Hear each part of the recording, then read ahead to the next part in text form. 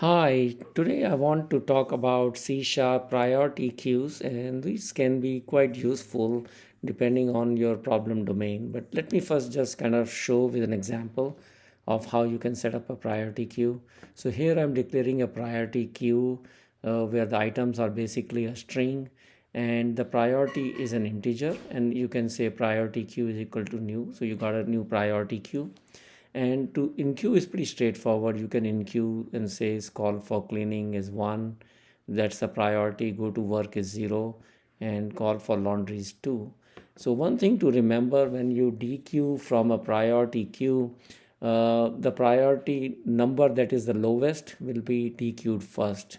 So if I say while priority queue try DQ out, I get the item, whatever was item on the priority queue and the priority, and I'm just writing it down. So if you look at it, if I run it, you see the printing. It's go to work is with priority was set to a value of 0, which is kind of the minimum way. So it'll be the first thing that's DQ'd. Then 1 is the second, and then laundry is the 2.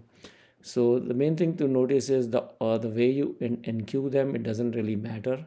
It's just that how these things are dequeued. So let's say, for example, just to bring home that point, let's say I add something with priority call for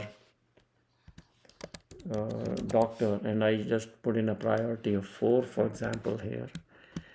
Even though it was entered first or I created my to-do list, it's going to essentially dequeue in the order of priority numbers 0 through onwards in this case. So this can be useful. Thank you very much for listening to this short screencast, and you have a great day.